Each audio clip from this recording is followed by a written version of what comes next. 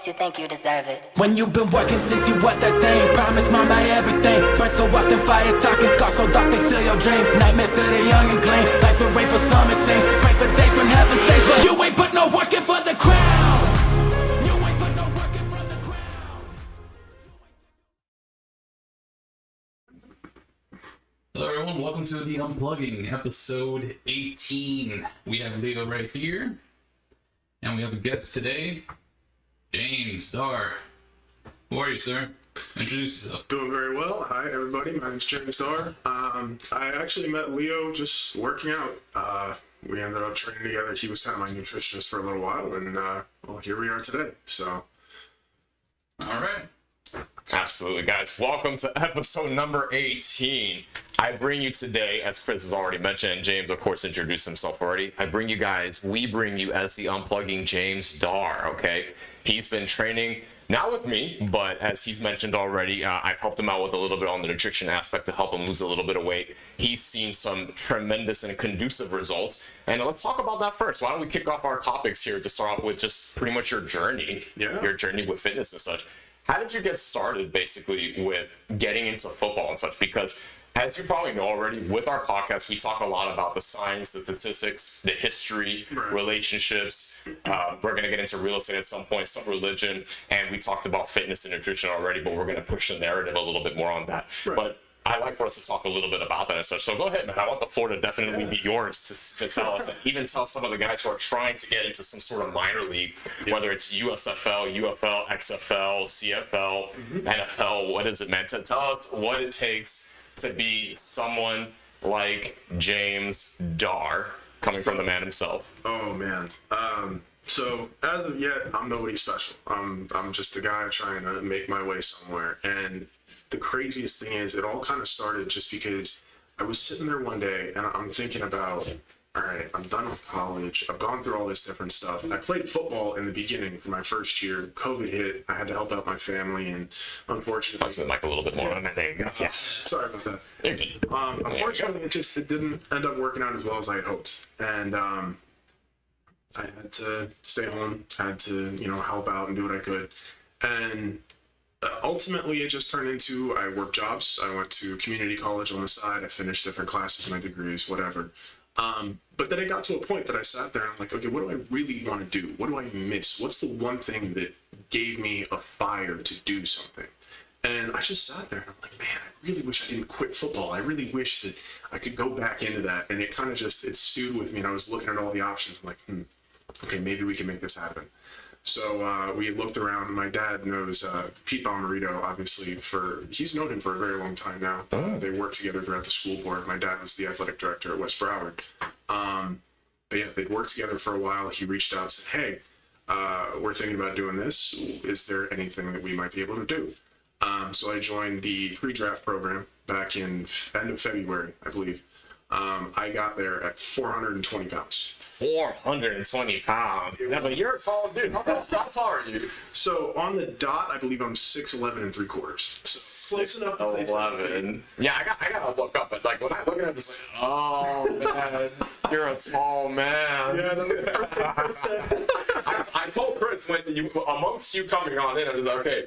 Listen, Prepare yourself. you can't miss him. You honestly can't miss him. That's basically what I was telling him. It's like, I was so shocked when I opened the door and he just kept getting taller as he goes up the steps. I'm like, holy shit. You're like, all right, he's a regular height guy. Okay. Okay. Now he's a little above average. He's way above average. Okay. He's a giant.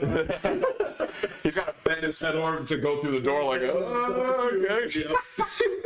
We got Andre the Giant here. My goodness. Just kind of had to squeeze my way in, just make it fit.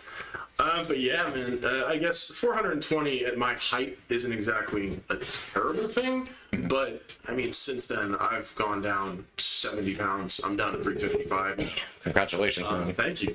It's been a long haul. We've been at this for 6.5 months now. You're how much again? I'm sorry? Your current weight? 355. 355, okay. So yeah, it was, oh man, just all I remember is Pete running me to the point of him straight up saying, my goal is to make you puke at least once a day. And I will say, he had me do it the first day, day one, and then after that I said, you're not winning again. So after that, just kind of picked it up, said we're just going for it, and I mean, never backed off from that. But I will say a lot of it was the guys that I worked with. I mean, being able to work with guys like Braden Fisk and Cole Bishop and a lot of the guys that were in the specific Group 2 group. I mean, these are top tier athletes. These are seniors in college that are going into the draft, you know? And I think coming from a place of not really having too much experience with it after the last 3 years, being able to kind of just jump in with that caliber of person, it really kind of pushed me to say, all right, I can't sit here and look like an idiot. You know, you gotta push, you gotta match up just a little bit. You can't be the weakest link in the chain. You just can't. Yeah. Absolutely not. Yep. Yeah, Pete Bonarito, I've worked with him for some years now and such. He's a very, very intelligent guy. He's if you're gonna work with somebody, he's the guy. Oh yeah. He's worked with I don't know how many players at this point in his career. So definitely you made the right choice working with a guy like him. I agree. The results are pretty phenomenal. I've seen the guys he's worked with. I've had the pleasure of working as one of the coaches for the NFL draft prep sometime back in 2020. Wow. Actually. Okay. Yeah, this was like before COVID, unfortunately. So I did it pretty much from January to March, and then mid-March, that's when COVID hit, things like that. So we kind of shut down. But the experience was very surreal for me. It really was, because me being able to see just how fast, built, explosive these guys are. Yeah. You know what I mean? And even if some of them are kind of tall, a little overweight and such, like these guys still produce adequacies of power. It's incredible actually. So whenever I would test them on like the broad jump and the vertical jump, and even see them on their 40-yard dashes when we have our timing lights and things like that, just seeing their numbers, it's just like, Jesus Christ, guys. Yeah. And that makes sense too, because the heavier you are, you're going to have to produce more power to be able to move yourself. Yep. So just imagine these guys when they drop in weight, how much power they can still produce after that, because their nervous systems have basically been stimulated to be able to. But think of it like post-activation potentiation, but like prolonged. Yeah. It's super duper prolonged as a phenomenon. So they're now still, if they keep up with their strength, they're able to just basically go over with the size principle and just generate large amounts of force throughout an entirety, which is really, really good. And I can imagine that's probably what you did. The other thing I wanted to get into is with your nutrition and such, because I know you and I, we would talk here and there about what your diet goal should be and such. Yeah. Now, you told me that you wanted to drop in weight and such, so we didn't get too in detail, at least as far as I can remember, because I'm not a dietitian, so I can't give you like a whole breakdown, an Excel chart of like what your calories need to look like and what foods you need to eat and things like that. I'm a sports nutritionist, a certified sports nutritionist by the International Society of Sports Nutrition, as you and I talked about, but I go, of course, within my scope of practice and making sure that we get your protein intake, fat intake, carb intake, making sure that everything is matching what your goals are. But leaving the floor onto you, like, what did you have to do basically within your nutrition? What did you have to lower? What did you feel like you had to substitute? And how did that basically become conducive with your training? How did it follow up with everything to get to where you need to be at right now? So I can lump those two together pretty well, because when I had first gotten there, like I said, I was way too big to be doing what I was trying to do.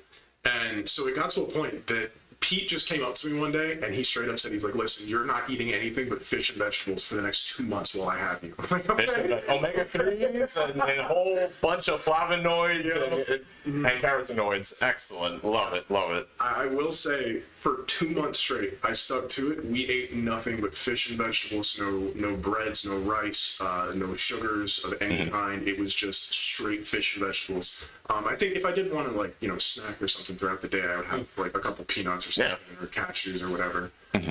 But yeah, it was a big change. It was a very, very big change. And then, I mean, for those 2 months, I mean, that was, like we said, pre-draft. That was 6 days a week, start at 7:30 in the morning and go until 3-4 o'clock in the afternoon.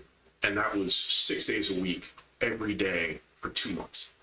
I know with his now wife, Pete Bonarito and such, so I know that we have a system where we basically try to pre-calculate metabolically like what your calories need to be and such. What were the calories, at least when you first had to go onto this program? Do you remember how many calories you had to ingest per day? At least maybe the first couple of weeks until you lost like 2 or 3 pounds per week? I'm gonna be honest, I don't actually know. I don't think Pete actually said, here is a specific calorie count that I want you to hit every day to continue with the training. It was more so just, you are not supposed to eat anything but these two things, and then just bust it when I come and, make you run.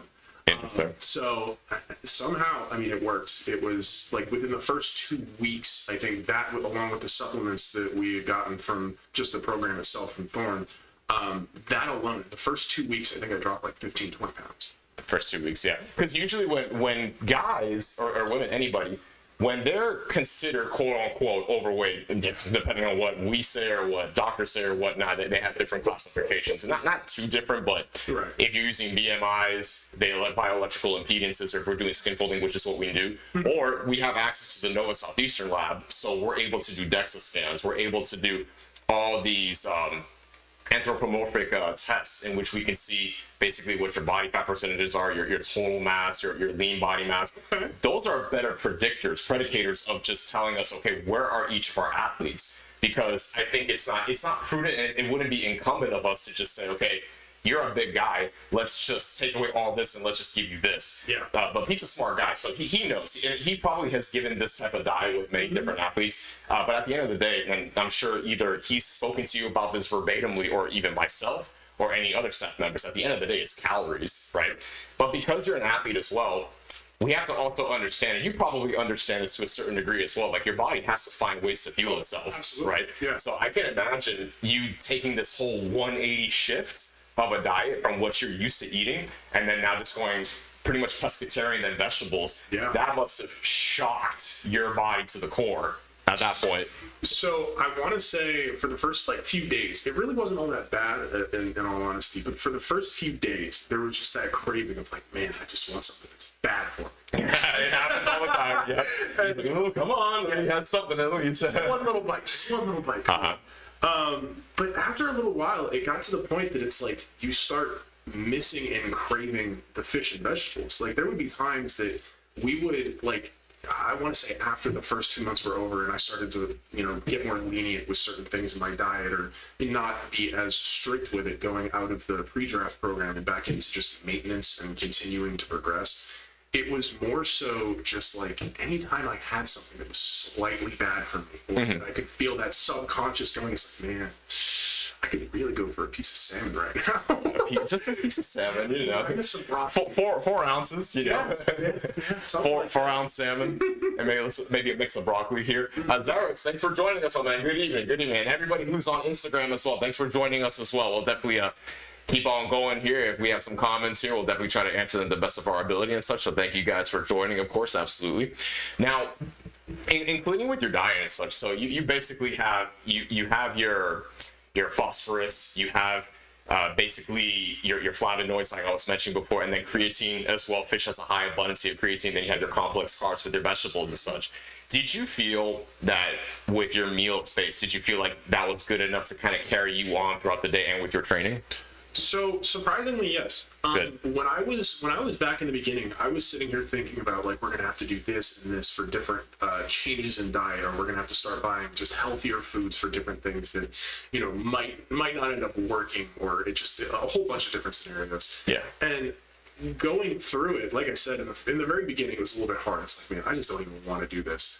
And then actually starting to get into it and work out more and to focus on trying to make things work, it really just got to the point that it was like, okay, I'm not missing food, I'm not feeling hungry, I'm not feeling like I'm starving myself, and I'll eat half a portion of what I usually would, and I'll be perfectly fine for the rest of the day. Sometimes we'd go to lunch and I'd get cauliflower rice with mushrooms, some grilled chicken, and that was it, and it would be more than enough to get through the rest of the day.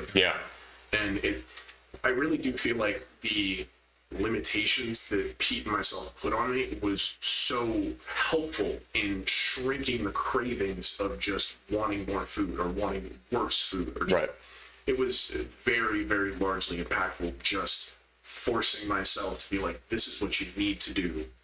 And then I think my brain and body kind of just adjusted to that. Absolutely. This is normal now. Absolutely. Dr. Savante, thanks for joining us as well, my man. Yeah, and that's good because, see, here's the thing. Me as a sports nutritionist, I always tell myself, and I tell other athletes, including you, I think you and I have verbatimly had this conversation, if anyone's going to go on some sort of plan, it's very individualized, okay? Because a poor diet, in my eyes, and just through my experimentation and just through science, is number one, if you can't keep up with the diet, it's probably not a very good diet for you specifically. Yeah. Number two, if you can't even get through the day and you're depriving yourself, you're constantly craving things, and then you kind of fail, and then you're kind of jumping ship, then you come back on ship. That's also another telltale that the diet is not specifically good for you. Right. And number three, you're just not seeing the results, even if you're consistent with it. So something's off. So there are definitely different telltales in which I tell and educate athletes and everybody else to basically do. You have to. It's me search, I like to call it. It's a bunch of me search. Okay. So you would do your own me search and saying, okay, well, this is kind of like my path here on what I need to do. The days where, because you can have like even high carb days and low carb days, things like that. Yeah. And there's good research on that as well. Those tend to work most of the time, which is really good, because when you have the high carb diets, if you have it more so where it's one day where you have high carb diets, that's good simply because if you're an athlete or someone who's going on the cycling, that's basically called carb cycling. What it does is that it's a further adaptation if your muscle's able to take in more muscle glycogen. So that shows that there is lean body mass improvements. So that's a marker. And then on the low carb days, now you're relying more on free fatty acids to fuel you. So there's a little bit of a glycogen sparing effect that goes along with it. So there's a bunch of improvements that go along with that. Right. And on top of that, as we talked about, as long as your calories are low, right, that's what's going to induce the weight loss, no matter what. Yep. You have to be in that deficit. And if your protein intake is also adequately high, which is helping you preserve the lean body mass, and to also ensure that your training is adequate enough, and then you have the glycogen sparing effects, and then you have enough of the complex carbs, or even you just simply put in a simple carb at the moment, so that way you're sparing the muscle glycogen. That's going to help you further improve on the performance that you have, and it carries you on more throughout the day. Right. So that's probably what you ended up doing. You had to kind of experiment on that. With your carb sources, you said you had broccoli. Right. So we would kind of just mix it up with as many different things as we could. We would do broccoli, cauliflower, mixes of both, asparagus, Brussels sprouts. I think we learned how to cook Brussels sprouts 5 different ways. Nice. Yeah, Brussels sprouts aren't everybody's favorite, but it's still something that if you can include that, try your best to just include the things you like. That's another thing about dieting too, guys. Like, I think you and I can verbatimly agree on this one. Like, diet, when people hear the word diet, it tends to be ostracized from people's basically dictionary, right? Their brain dictionary. People are scared of it. It's a very, like, taboo word to certain people. Like, I don't want to change what I'm doing. I don't want to change myself. Yeah. Like, I'm enjoying my life. I don't want to make anything different. But I mean, it's so, I don't even want to say important, but even just getting a little bit of a diet in for any person is beyond beneficial. I mean, if you're a person who does nothing but eat junk food all day or orders takeout or whatever it may be, you're not getting anywhere near what you need. Absolutely not. But even just one meal a day, one single meal a day of what you really need, the nutrients you need, the vitamins, different proteins, different carbohydrates, if once a day, you're already multiplying your just overall health and your microbiomes in your gut and just different ways of improving yourself. Absolutely. By once a day. I concur with that. And here's the thing about like processed foods and such. So I get it. It's easy. It's fast. It's convenient. It's everywhere. You know what I mean? Mm-hmm. What people have to understand also is that when they're consuming processed foods, it's not real food. Yeah. You know what I mean? Yep. So because it's not real food, it really doesn't spike up thermogenesis in people's bodies. Mm-hmm. So if you were to eat something that's fibrous, lean, dense, real, it costs the body more calories to burn off. So there's a higher metabolic process that goes on with the body. Whereas if you eat something from McDonald's or chicken tenders or whatever, that's again not real food, it doesn't cost the body that many calories to burn off. Hence, it still stimulates appetite for people, so they end up eating more, right? Whereas if you eat something like you're eating something that's real, pescatarian, and then vegetables that are real and dense, it builds satiety in the body, and it costs more calories to burn off. So the appetite, the satiety gets filled up, and you don't feel like you have to eat in another 15 minutes. Whereas if someone eats something that's way too high in sugar, way too high in fats, with saturated fats especially, it's tricking the body into thinking that because it's not burning so much and it's not satiating your body. It's tricking the stomach and it's tricking the brain into thinking that it has to eat more when it really doesn't, you know? So we try to educate, and even sports nutritionists or dietitians will say that, like, when you eat more real foods, this is kind of what happens. You can prolong it from like 2 to 3 hours, and even if you drink water, it stimulates the stretch receptor in your stomach, so it tricks your brain also into thinking that you don't have to eat much. And then you were saying also, well, like the microbiomes, that's great that you brought that up, because we do have players who come in with leaky guts as well, right? So, and that comes from an overall poor diet. It comes from diets where they're eating too high in fats, so it leads to toxic free fatty acid breakdown within the liver, even in the muscle itself. So that causes problems in the body. So it tears the small intestine in the body, and then that's when all the nutrients start to leak out and such. So that's where they get all discomfort, the bloatingness, and things like that. So that's why we offer you guys the what's it called? Oh goodness, I'm having like a big brain fart right now. It has to do with the probiotics. Yeah, the probiotics and the prebiotics. Wait, did you have to go through something like that where you came in kind of with a leaky gut, or you were given? No, I didn't have any of those issues. It was kind of just walk in, here's what you got to do, and then go with it. It was thankfully some type of a seamless transition almost. It wasn't majorly problematic. There wasn't really any inflammation, and it kind of seemed like if I did have that one day where I eat something a little bit that's, you know, a little bit should be inflammatory, it wasn't too much of an actual issue. Yeah. Yeah, that's what processed foods tend to be. They tend to be extremely inflammatory, so it causes even more damage than just tearing through the intestine and things like that. So what supplements did you end up taking with Bomberitos? Let me think. If I'm not mistaken, I had the Daily Nutrient Complex. I had the zinc. I had beta-alanine, and I want to say D5000. Okay, the vitamin D. Nice, the D5000. That was actually it, though. It was quite literally just basic daily nutrients in just a much more, you know, condensed package. But yeah, it was nothing more than just what you need anyway. But apparently I wasn't getting enough of that, and it was weird because as soon as I started taking them, everything seemed to be so much easier. Like, I always kind of was in the mindset of supplements are just ways for people to market something for you to buy, but actually using them when everybody's kind of reinforcing the fact that, hey, this is going to help, this is great for what you're trying to do, and actually getting results off of that, it beats any type of research, or as you said, me search. And it's I love the whole research, and that's good that you mentioned that, simply because, you know, at the end of the day, people are trying to make money. And we're always trying to sell something, whether it's a service, whether it's products, whether it's internet services, whatever it might be, right? Yeah. The thing with supplements too is we even have guys like, I've met some guys who are like pescatarians, or they've gone full vegan, and some of them are like, you know, bodybuilders and things like that. And I've spoken to some pretty interesting individuals who ended up doing body competitions, and they're vegan, right?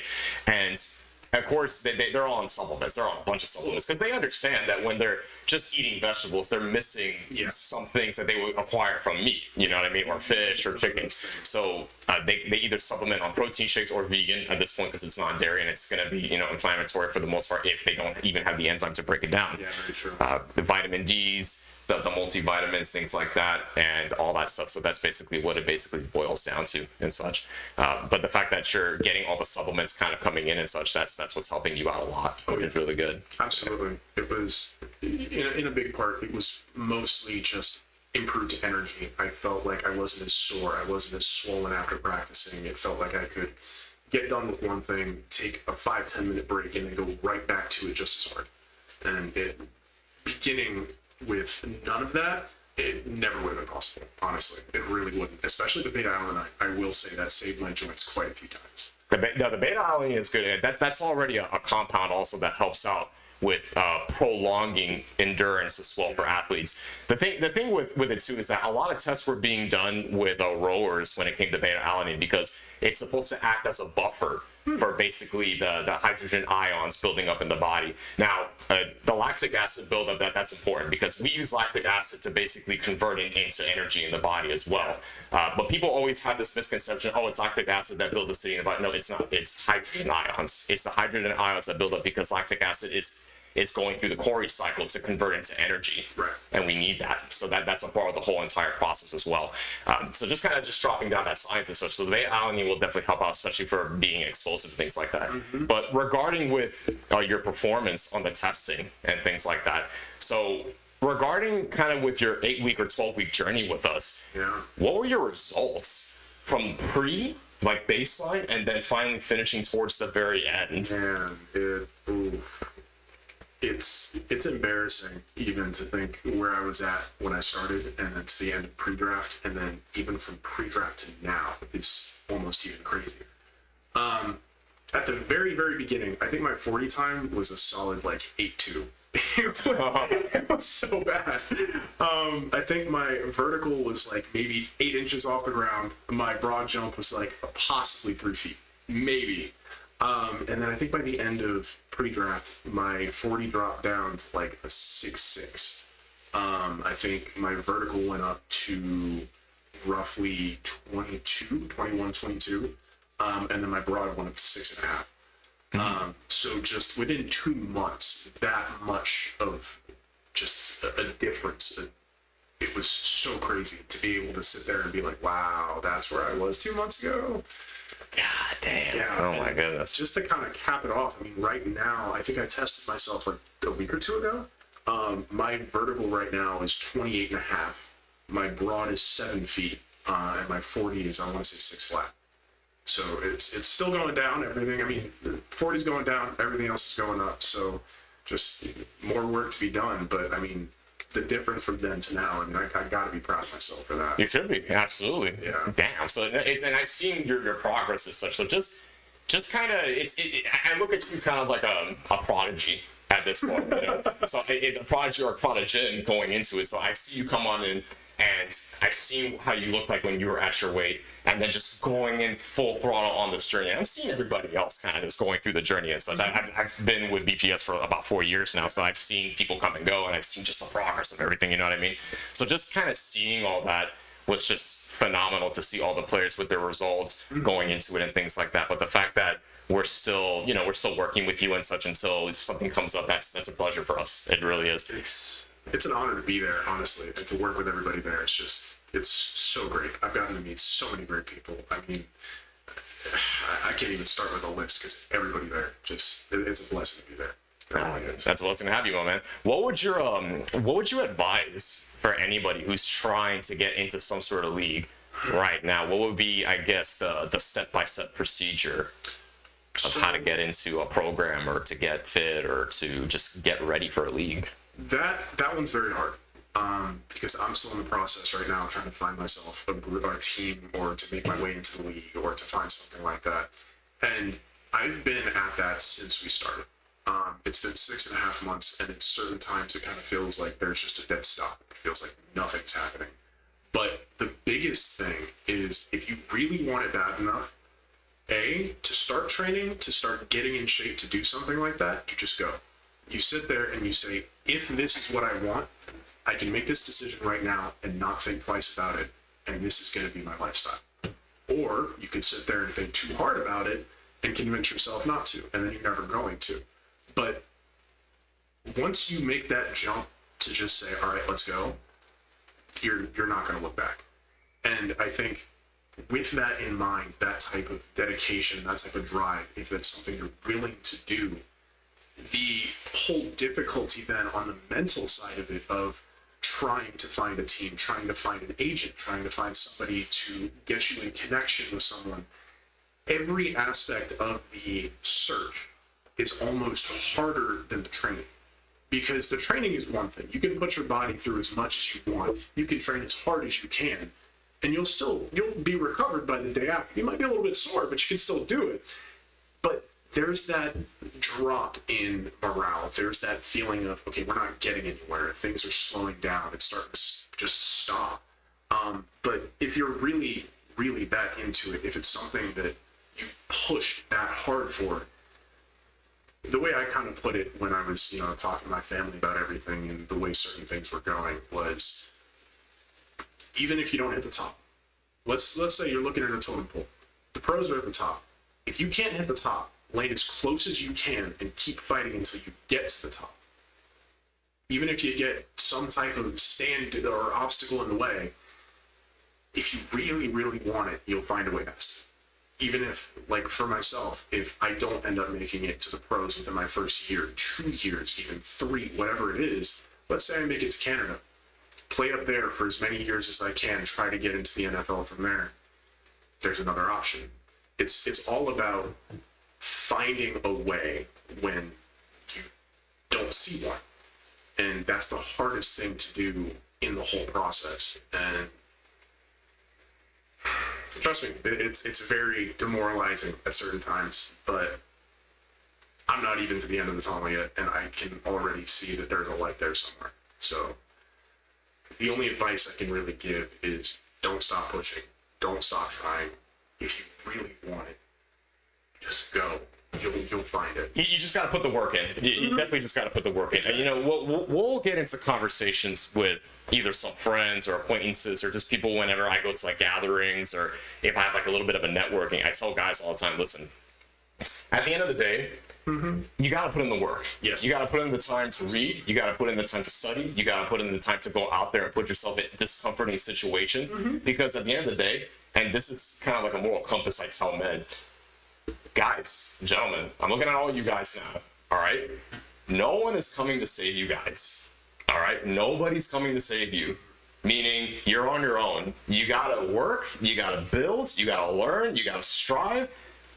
At the end of the day, people are gonna push. There are gonna be some people who might push you to do certain things, but how badly do you want it?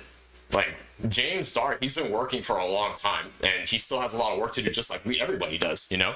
But it's a never-ending journey. You're constantly having to prove yourself. You constantly have to grow, constantly have to strive and build. This is our duty as men on this world, all right? We're not even on the topic of relationships yet, but at this point, I mean, you've heard it from James, like, you just got to work, got to put in the work. Don't take shortcuts, don't take lazy routes. Be open-minded, and there are going to be some humbling times. There definitely are. But if you're that person who's just going to block out, barricade good advice or people who might even be able to network and help you out, it's going to be a tough journey for you. Absolutely a tough journey. Darr Cervantes, what do you have today? What can you do to motivate yourself to work out? I guess this one is going to be for you, James. What would be your answer to that? So I was just kind of looking at that one. Man, I'm really going to sound like a crazy person. I don't have one. That's the craziest thing. I'll sit there and I'll tell myself, man, it's time to work out. I'll walk into the room, I'll start just doing my warm-ups, I'll get my music in, and you get to a point of, I guess I should rephrase. The initial motivation to kind of get me started on the whole journey in the first place was just straight up the want and the wish to get somewhere farther, to push myself to be in a different place. And I think once you start to really live in those thoughts or live in the I want to be this person, I want to be in this place, you can start to see yourself easing more into that lifestyle. And it's not easy whatsoever to start, not by a long shot. But once you can get your mind in the position of I can do this, it's not a dread to wake up and feel like I have to go work out or I have to go train. When you can sit there and be like, I get to better myself, I get to work, then it kind of leads to where I'm at now of when I walk through those doors, you've seen me just zone out sometimes, but like my brain just turns off. The music takes over and it turns off and I just go. And I'm gonna be honest, there are certain times that I'll start lifting and I don't even remember where I'm at when I'm done with the set because it's like, oh wait, we're working out again. You just basically zoned out. It's kind of in your own little world. So someone snaps their finger, it's like, James. Most of the time it's Marco. He's like, can you hear me over there? I'm like, oh wait, you're sorry. When did you get here? Well, that's good too, because so I guess adding on to Dr. Cervantes' question and such, what were, just for the audience and such, what were your workout programs like? Because I know whenever we deal with our pro guys or anybody who comes into pre-draft, anything like that, we always, at least as far as my knowledge, we usually start our guys off through like a triphasic method, where we focus more on like it's about maybe 2 weeks, somewhere around there for eccentric loading, then isometrics, and then concentrics, and then we start giving you guys more like conjugate methods, ascending, descending phases, strength and power, things like that. So, which phases did you feel, or phases did you feel where it's like, okay, it's go time. I gotta really push myself on this phase, but everywhere else was kind of just like a spot check to see where I'm heading to on this one. For me, it was the very beginning, because Pete basically put me in the position of, he pretty much just smacked me in the face and kind of gave me a reality check and said, you're nowhere near ready. You shouldn't even be out here with these guys. If you even want a shot at working out with them, you've got to, pretty much prove to yourself you can handle that type of physical stress. Mm-hmm. He had me pulling and pushing sleds in, I can't even tell you how many ways, for the first 3 to 4 weeks of just all of the mobility. It was nothing but sleds for weeks straight. So more GPP, more general physical preparedness. Okay. It was the hardest part, just sitting there being like, okay, I hate this. This sucks. Well, the moment you start to dread at the very beginning, you know what you're getting yourself into moving forward. That was the whole thought of, in the very beginning, and this is kind of to go off of Dr. Cervantes' question as well, was that initial dread of, I don't want to do this today. Of, if I go out there and Pete has me pulling another sled, I swear. It was more just the thought of, he's done this for way too long to be wrong, and I need to double check myself. And it eventually got to a point where I started to slowly see that progress of, day by day, I would get a little bit more weight on the sled, or I would put a whole nother plate on the sled. And even just those slightest bits of progress are so unbelievably helpful and important to the motivation overall. Because it might not be wake up in the morning and motivate yourself to get up and go do it, but it might be wake up, force yourself to do it. When you get done and see the difference of the day before to what you're doing that day, that alone can change your whole mindset. Because it's never going to be easy to say, all right, I got to wake up early, I got to go do this, I got to do this. But even if you get to the end of that, just sit there and look at it and be like, I've come this far today, or I did this more than yesterday, or even if it takes a week, look for the smallest bits of progress in yourself, physically and mentally, because that's another big thing, is when you train yourself physically, mentally, things either start to seem like they're clearing up, things seem to be moving a little bit more fluid, and I honestly felt happier. I felt so much more alive while I was working out, and it was almost that runner's high kind of feeling of, you're pushing yourself to the point of exhaustion, and you get done, and then the next day it's like, man, I want to do that again. I want to push myself till my body can't move anymore, because it felt good. It felt like you did something. Yeah, we can thank also therapy for really kicking in and just making sure that whatever happens within your body, all that lactic acid buildup, and just making sure, well, you stay hydrated to make sure that we're kind of flushing out all the toxins that basically build up, and there's just so much of that already built up within the muscle, and the therapist can kind of just massage that out of such. We have like recovery boots, we'll have like the dry needling, all those things in which are going to be good modalities to kind of just help the muscle recover a whole lot better, which is going to be really good.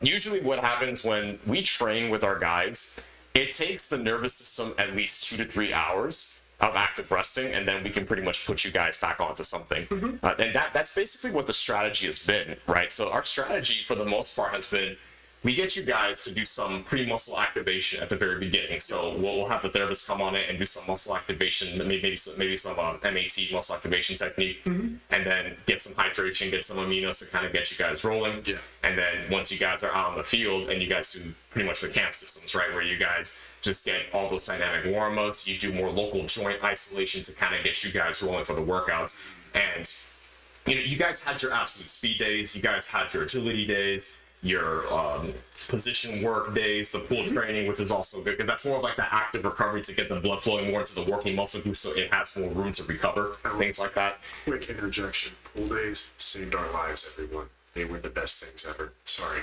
No, that's good. It's what I tell people all the time is that, look, guys, another telltale your training program is not too great is if you're just not recovering well. Yeah. It's one thing, like, train your butts off for sure when it comes to training, but if you're not recovering, whether it's nutrition, whether it's resting, whether it's going to therapy, acupuncture, whatnot, you can call it whatever you want. If you can't come back in within the next day or a few days even because of DOMS, delayed onset muscle soreness, something is wrong. Something is definitely wrong. Now, I can understand if we're dealing with brand new guys who've never lifted weights before, the DOMS effect is supposed to prolong for the longest time there, for sure, because they're brand new. But if we're dealing with newer athletes, they're supposed to adapt faster.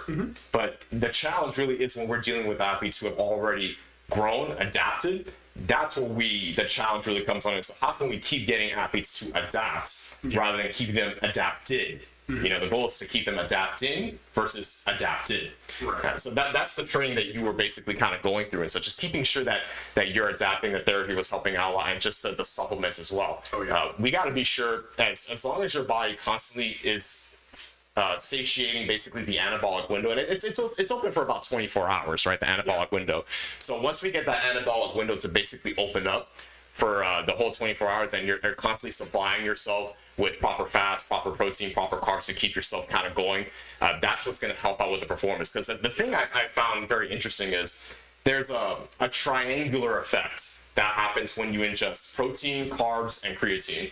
The triangular effect happens when you have all three of them together, like the triad. If you get all three of them together, what ends up happening is when you get both creatine and carbs together with muscle protein synthesis increases, carbohydrate retention within muscle glycogen increases as well. So that's an adaptation within the muscle again. And creatine absorption or creatine retention also increases as well. So when we increase all those together, it's a one-of-a-kind package right there, which is going to be really, really good. You know what I mean? So once we have the triad there, that's what helps many athletes a lot. Whenever we have our guys come on, I usually explain that triad, and every single time they're just totally satisfied with just the results they get and such. And there's even current research right now where 10 grams is basically the new 5 grams. The reason why I don't tell guys, and I even told you just stick with 5, is because that's the dosage basically BPS likes to give everybody. And if we're going to go on with like the weights and the goals and things like that, it's probably best not to like manipulate too much of that. But what I will say is there's a bit of a stigma that goes on that creatine by itself helps people retain weight more.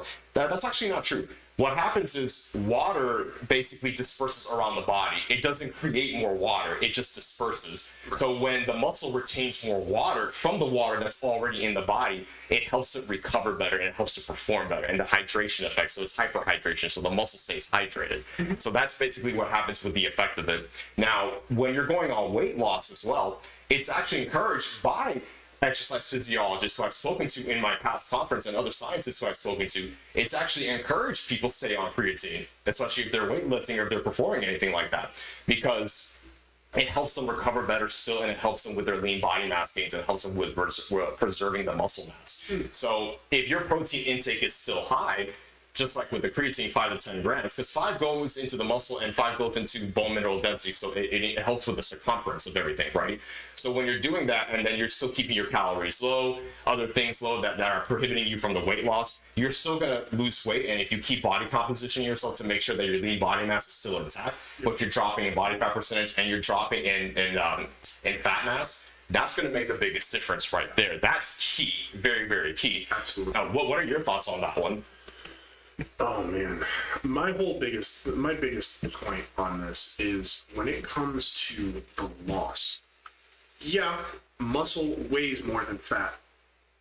However, the difference in terms of losing the fat, especially with overall, with like, let's say we're talking with creatine. Yeah. People can say, okay, well, I've lost X amount of weight in fat, or they might be sitting here thinking, especially let's say someone went on a workout binge but didn't change their diet whatsoever. They were still eating fatty foods. They were still just going on with their daily lives, but adding a workout. They would get to a point, if they were using creatine, they may sit there saying, okay, well, I'm not losing weight, but at the same time, they may be. They could be losing the fat, but gaining a little bit more in what they see as the Right. water weight of the muscle. And I feel like a lot of people that have that confusion between the two might just stop, because they'll sit there and they'll see that, okay, maybe they're gaining weight now. They don't want to keep moving on with that program or that way of doing something. But the way I was thinking of it, even at the beginning of pre-draft, was give it a week or two. If it doesn't work, you'll see the results by then. But don't make an assumption on if something works or not, unless you've actually put in a decent amount of time to see if something will work, to see if there's a different result. And we actually did that with, what were the supplements? We had like one or two that we added, and it was nothing more than vitamins, but they were different dosages from different brands. And the whole goal was to kind of see if one of them would do, I think it was a form of B complexes. And the whole goal was to see which one would give the most energy feeling in the morning to be able to get up and just go. And the funniest thing is, my dad was doing it with me to kind of do a comparison, and he got to day 2 and he's like, I don't feel a difference. This is not working whatsoever. And he stopped. I took it for a few more days and I started feeling it after, waking up. There would be a little bit more energy. There would be a little bit more will to be like, all right, I don't want to lay here all day. So it's very difficult to kind of pinpoint what might work for some people, what their mindsets might be on the way that creatine or other supplements work, and just giving it a longer chance. It's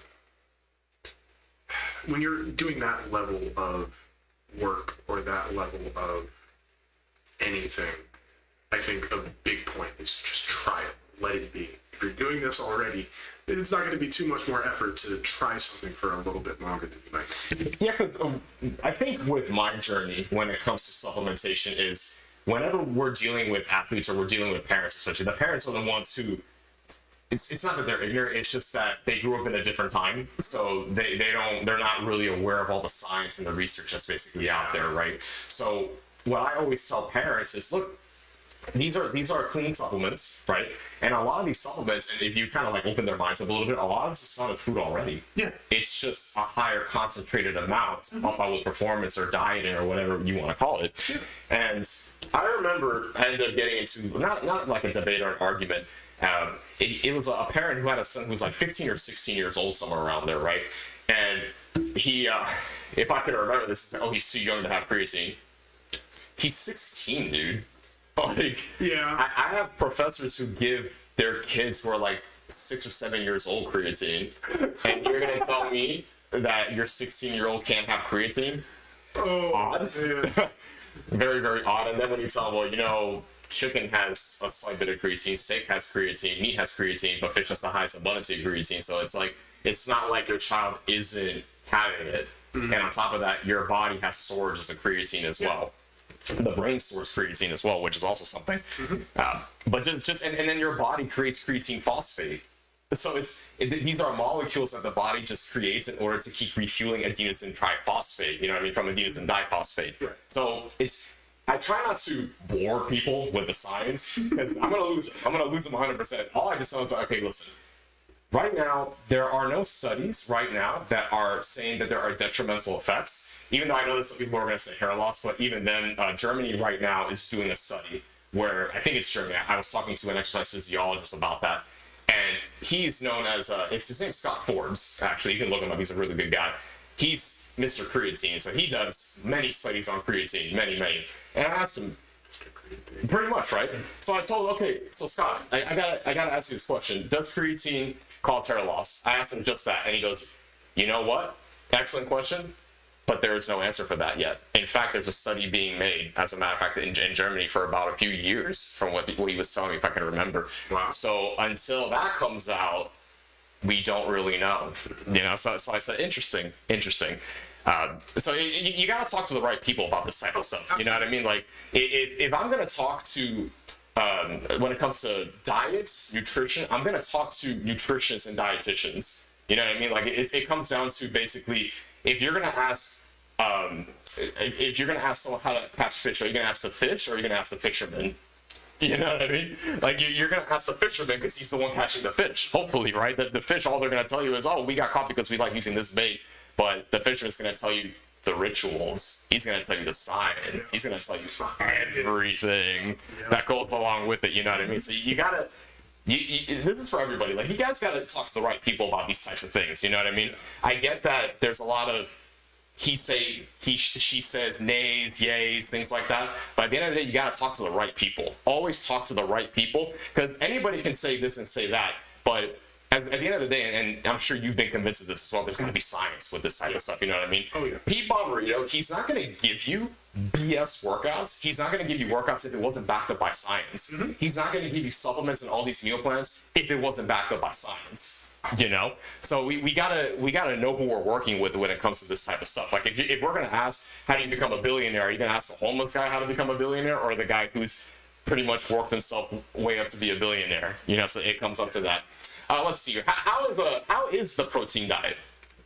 Well, let me see if we can answer this one here. It's somewhat of a vague question, but I'll go ahead and kind of interpret this a little bit. So it depends, because the thing is that if your question is how is a high protein diet, I can definitely answer that for you. So the high protein diets, it's a very universal diet actually. You can either call it from a carnivorous diet, you can call it from a supplemental diet, weight loss diet, weight gain diet, muscle building diet, muscle preservation diet. Like there are a plethora of methods high protein diets can be used for. And I'll even add this as a stipulation: the older people become, the more protein they're going to have to get, because they need that amino acid pool to go through. So if we're dealing with older individuals who they're going through osteoporosis and they're going through muscle decay and things like that, because when a person hits 30 years old, at least for men, when men hit 30 years old, that's when we start losing small percentages of lean body mass. We lose like 0.1 to 0.2% per year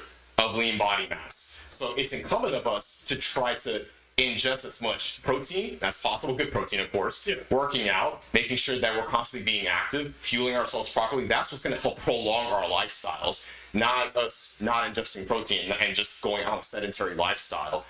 If we're talking about the weight loss, and James and we concurred on that one by his admission, even when you're losing weight, you should still be on a high protein diet, simply because the thing is that protein is the most dense macronutrient out of carbs and fats. So it costs the body more calories to burn off. Hence, it's going to be the whole proponent of people burning more calories through a metabolic pathway, right? So if we're going through more on the higher protein intake and we're dropping our calories, you're on the energy, not energy deficit, you're on the calorie deficit, plus you're recuperating more and you're recovering better.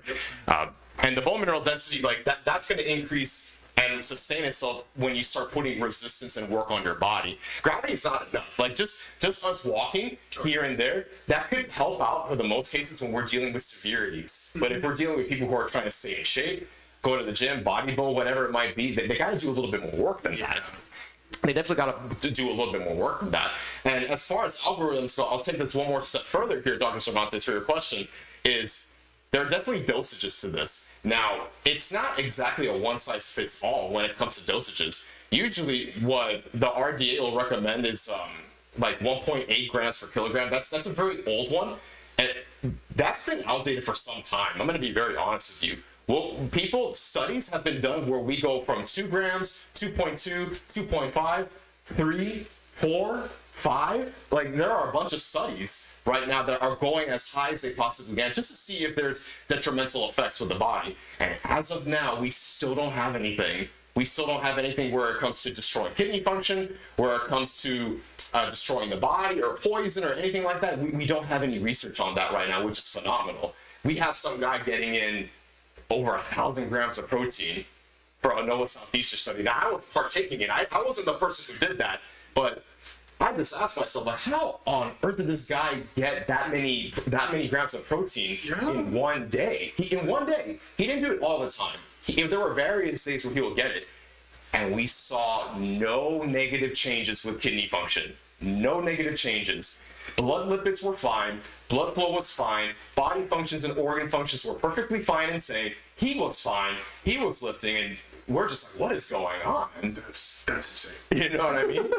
But that also just goes to show you the body has a natural way for breaking down, whether it's nutrients, macronutrients, fats, as far as protein, it breaks it down to byproducts so the body excretes it out no matter what, you know? So I just thought that was very, very like, wow, you know, how did this man get all that? I personally, there's no need for us to do that, you know what I mean? That's just to go on and say, well, You can. you can, but there probably won't be a big benefit to that. You know what I mean? I wouldn't say there's a benefit. It's like you're better off just doing 2 grams to 3 grams, depending on you're trying to lose, gain, put on muscle. It just depends. It is goal oriented at all times.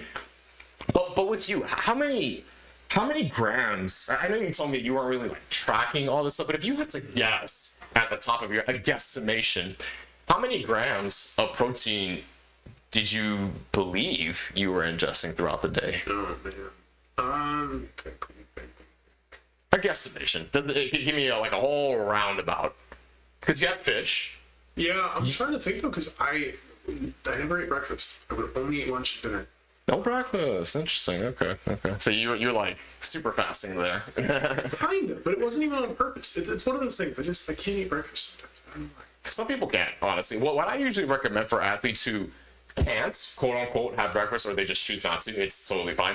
I just tell them go on protein shakes or the aminos and you're good to go. At least something to keep you going and to fuel you no matter what. Once you find a way to kind of fuel yourself, you're good to go no matter what. So once you're kind of going through all that, I know there are going to be some athletes who tell me, oh, well, I'm kind of fasting and doing this and that, but your body's basically running on fumes, especially if you haven't what is it, high? Yeah, okay, so it was the high protein, yeah, so I think we pretty much answered that and such. So, and I had a player come up to me not too long ago, actually. It was a fascinating conversation, actually, and he was telling me, well, I like to fast a little bit. I kind of want to, one athlete told me, I'm just going to fast a little bit to see where I go from there. I said, okay, that's fine. He asked for my opinion. What do you think about that? And I said, well, here's the thing. Number one thing you need to understand, you probably understand this already. Your body is going to find a way to go through gluconeogenesis. Why? Because there are certain cells in the body that need glucose to function. So even if you're going through ketosis, even if you're going through low carb, whatever, your body still creates to a small margin some glucose for some of those cells to function properly. So you're not shutting it off completely. That's why I made him understand. I even told, do the research on that. He came back and I said, he's like, yeah, you're totally right. My body still creates it no matter what. And he's like, yeah, because the body wants it. There are certain functions in the body where it needs it. Absolutely, to strive and to function properly. Yeah. But then when you're going off even amino acids, I told him, if you're not going to do that, then even going off amino acids is fine. But also understand that even if you're going on amino acids and protein, it still triggers nutrition receptors in the pancreas. So you're still triggering insulin to go up. You're still doing that because it's still triggering the nutrition receptors around it. So you're still causing that. And even when you're getting high amounts of fat and such, it doesn't increase insulin, it increases insulin resistance. So you got to be careful of that. If you're getting high amounts of it, it increases insulin resistance for the cells because it shuts it off. It goes around the membrane, it cancels out those insulin receptors, so you're keeping the blood sugar in the blood because of the insulin resistance that's created from the high amounts of fat in your body, saturated fat for the most part. So you got to be careful with that. So I told him all this stuff, and it just blew his mind from there, you know what I mean? So he started getting his diet a whole lot better from there, and he lost the weight that he needed to, and he was stronger than ever. So I was like, wow, congratulations, man, you're good to go. So definitely do some background on this. You know what I mean? There are so many diets out there, but at the end of the day, you got to pick the one that's going to work for you. Meaning you're going to stay consistent with it, meaning you're actually seeing progress from it. You don't see yourself relapsing on anything, and you can kind of still manipulate it to a certain degree where you can introduce or reintroduce certain things. Just like how you were saying, well, I kind of wanted something like this, and then I'll be good to go, but you're still progressing. Yeah. You know what I mean? And I know you were telling me as well that you had some days where you were just like, oh, geez, I kind of want this and that. You know what I mean? So if you had to reintroduce something into the diet, what was it usually that you would introduce that would be considered like a cheater, like something? So I would try to keep it as close to not cheating as I could. But there would be times, I mean, my biggest one is if I really wanted something, I would have a couple of sips of chocolate milk. Chocolate milk. It is my. Why did I get the feeling that he was gonna do that? Oh, jeez. That's all it takes, man. Just a couple of sips of chocolate milk, and it's like, okay, that's the craving. I got the flavor of the sweetness. I got what I wanted to, make myself enjoy, and then it's gone. You take your sip, you enjoy it, and then you're good. But there were definitely times that I'm sitting there and we'll be driving past McDonald's or Burger King. I'll be sitting there and it's the smell.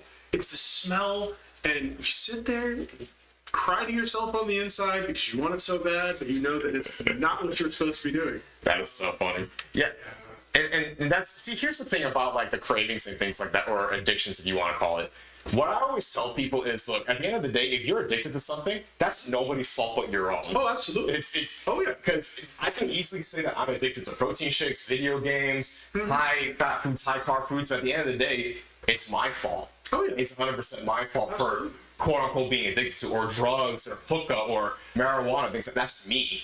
That's totally on me. That's me being weak. That's me not having the willpower to say no. That has nothing to do with the substances. That's really more on you. Yeah. You chose to go down this path and to not give yourself the discipline to either do it on every now and then, or whenever you have friends over, or things like that. That is no one's fault but your own. And I tell everybody that. The addiction, cravings, that's all on you. That's not anything else. That's plainly on you. No. Plainly on you. That's why I always say. But the fact that you're the epitome. I would say that you're even the monolith of just being an inspiration for guys who are trying to make it into this type of league and such. But again, congratulations on making it through. But we definitely wish you the best on just trying to make it through. And let's go ahead and switch topics here, unless you want to add something onto everything we're saying. No, I think I'm good.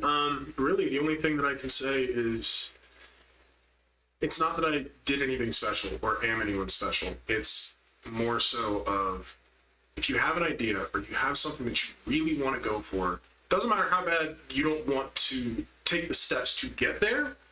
If you really want it bad enough, you'll take those steps regardless.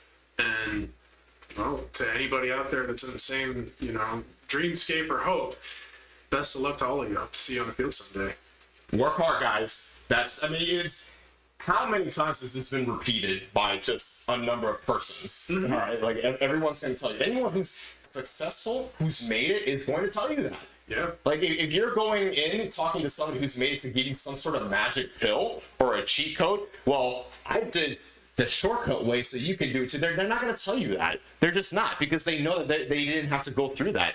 James is also another example. He's gone through the journey. He's still going through the journey. So again, I appreciate you really giving your insights and the knowledge of everything you've got going on for you and such. We definitely wish you the best. But kind of coming into a different topic here. Yeah. Regarding your sport, regarding where you are now, quite frankly, to me, as a man, even Chris probably might even agree with this, is if we're talking to you and I'm going to tell the audience, I would perceive you as somewhat of an above average value man, 100%, because you've got things going for you. And the reason why I bring that up is because we're going to have women who, they always want the best they can possibly get. Always. That includes whether you're a high-value football superstar, a billionaire, someone who's charismatic, high on the networking aspect. They're always going to want the absolute best, and that's totally fine. Yeah. Regarding where you stand now, how's basically the dating scene been for you? Honestly, I've had my girlfriend now for almost 2 years, and I quite literally couldn't be happier. Excellent. I mean, of course, every relationship, we get on each other's nerves, we just make each other crazy. But it's one of those things that you kind of just got to sit back, and if any of you that are watching do have that one person, if it's not a long relationship or it's something that's, kind of fresh, it's always something that you just have to cherish. Even if it's new and it doesn't last very long, enjoy the time you have with that person. Like I said, I've been with my girlfriend for 2 years, and it's been such a journey. And honestly, she's been the biggest supporter I've had in everything that I've done, especially in the last 6.5 months. And it's not even so much about being a high value person or having certain attributes or whatever the case may be. Because, I mean, when I met her, I was a bouncer in a bar. You know, like she came up to me and she said, "Hey, my friend said they were." Look at this tall dude. That's basically what happens. Pretty much. Yeah, she was like, "Hey, my friend said they were going to buy you a shot. They didn't. What do you want to drink?" No intentions of getting my number. No intentions of whatever. She came up, handed me the shot, walked away. Said, "Okay, I'm cool with that. Thank you." Came back up later. We sat there and talked for a second. I asked for her number, obviously. She gave it to me. I get home, I want to say like, oh man, it was almost 6 o'clock in the morning at this point. It was a long day. Dude. I just finally lay in bed and she calls me. I've known her for maybe 2 hours at this point. And she calls me and says, "Hey, do you want to like meet up and just talk for a little bit?" Bold. Oh, all right. Bold. I've never had that happen before. All right. So we meet up at this park near where I grew up, and we literally sat there until 9:30 in the morning just talking. She was telling me about her life, about where she was working, about things that happened, just stories and talking. Like it was a really good time. Yeah, that's right. Story. I kind of sat there at that point. I'm like, I haven't had this before. Usually it's the you know, so what are you trying to do tonight kind of thing. But she was literally just sitting there. I was like, "You want to just talk?" "Yes, please." That's so funny. You know, this is so funny you brought this up. I read a study, as a matter of fact. I put it up in our Discord, as a matter of fact, today. It's called the closing time phenomenon. Have you heard of that? No. So basically, it's a pretty funny phenomenon. So basically what it is that if you're at a bar, and I wasn't aware of this study, to be honest, it was just this phenomenon. I thought it was really interesting. I wanted to look into it. Basically, in short, just kind of sum it up in a nutshell, all it is basically is both sexes, they're at a bar, and the later it becomes, the more attracted to the opposite sex they become. And this, you rule out some factors here, right? The factors you can rule out here basically is there's, let's say, 100 girls, 100 guys. It's even. It's perfectly even. And the guys are, of course, going to be the ones making most of the moves, right? So they're going to go up. They're probably going to get rejected more than not, okay, just because. And not many women are going to go up to them unless they feel the room out and say, "Oh, you know, this guy seems like he's kind of high value, so I don't mind making a move." Or if they're ovulating, and we even pulled up a study here not too long ago, when women are ovulating, their willingness to give sexual availability is augmented. It becomes more augmented. But in this scenario, we're not going to talk about the ovulation such, but basically what it is that the later it becomes, the more both men and women tend to drop their standards a little bit more, and the sexes become more desirable. And it's mostly because, let's say for men, like the ones they thought were very attractive, they end up leaving, so whoever's kind of left that they're trying to hook up with, they see them a little bit more attractive because they're kind of the only ones there, you know? So that's the phenomenon right there. They find whoever is left, basically the women who are available, or men in the opposite sex, they find them more attractive as it gets later. The study was also in form of the alcohol consumption. Yeah. But it turns out that even with the alcohol consumption, the guys who didn't consume alcohol and the ones who did, they still found the same degrees of attractiveness increasing, being augmented as time went on. So I thought that was really interesting. So even if they're intoxicated or not, they still found them more attractive as time went on. You know, so I don't know if you want to pull the study up, Chris. It's on in Discord here. I'll keep talking to James here, but I will put a little interjection in to kind of piggyback off of that. Yeah. Obviously, I wasn't doing any studies while I'm working, but I will say, what is this? Because this girl came up to me and this what's happening? So, a girl offered me a drink. What's happening? No, it's the craziest thing though to see, like. Obviously, you got to sit there, you got to scan everybody, you got to see what's going on, make sure that the whole place is as safe as it can be. That's your job. But you see some of the craziest things. Like, you see guys that will be trying to talk to a girl at like 2-3 o'clock in the morning, that at any point in time before midnight, that girl would pay him no time of the day. And it's the craziest thing to just see that. To see people that probably on a normal day wouldn't even think twice, but specifically because of the time, the environment, and I mean, alcohol consumption definitely was a factor in a lot of the cases.